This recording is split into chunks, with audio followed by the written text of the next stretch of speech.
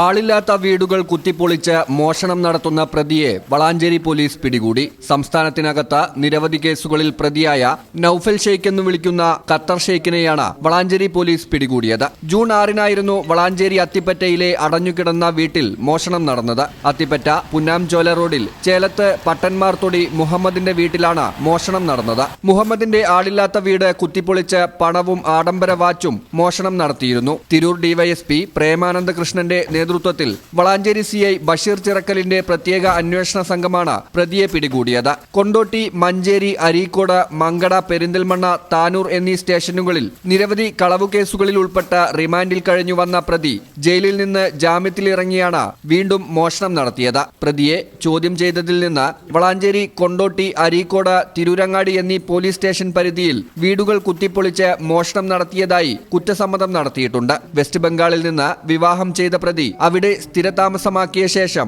കേരളത്തിൽ വന്ന് മോഷണം നടത്തി ലഭിക്കുന്ന പണവും സ്വർണവും വിലപിടിപ്പുള്ള വസ്തുക്കളും ബംഗാളിൽ വിൽപ്പന നടത്തി ആഡംബര ജീവിതം നയിക്കുകയും ബംഗാളിൽ നാട്ടുകാരെ പ്രതി ഖത്തറിൽ സ്വർണ ബിസിനസ്സുകാരനാണെന്ന് തെറ്റിദ്ധരിപ്പിച്ച് മോഷണം നടത്തി ലഭിക്കുന്ന പണത്തിൽ നിന്ന് ഒരു പങ്ക് നാട്ടിലുള്ള രോഗികളെ സഹായിക്കുകയും ചെയ്യുന്നതാണ് പ്രതിയുടെ പതിവ് രീതി.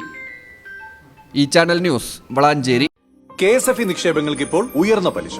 സ്ഥിര നിക്ഷേപത്തിന് 1 വർഷത്തേക്ക് 8.5% പലിശ. ചിട്ടിയുടെ മേൽബാധ്യത നിക്ഷേപമാക്കിയാൽ 9% വരെ പലിശ. വന്ദനം നിക്ഷേപ പദ്ധതി 56 വയസ്സ് മുതലുള്ള മുതിർന്ന പൗരർക്ക്. പലിശ 8.75%. നിക്ഷേപിക്കുന്ന തുകയ്ക്ക് സർക്കാരിന്റെ ഗ്യാരണ്ടി. വേഗമാകട്ടെ, തൊട്ടടുത്തുള്ള KSFE ശാഖ സന്ദർശിക്കും. KSFE, ഈ നാടിന്റെ ധൈര്യം.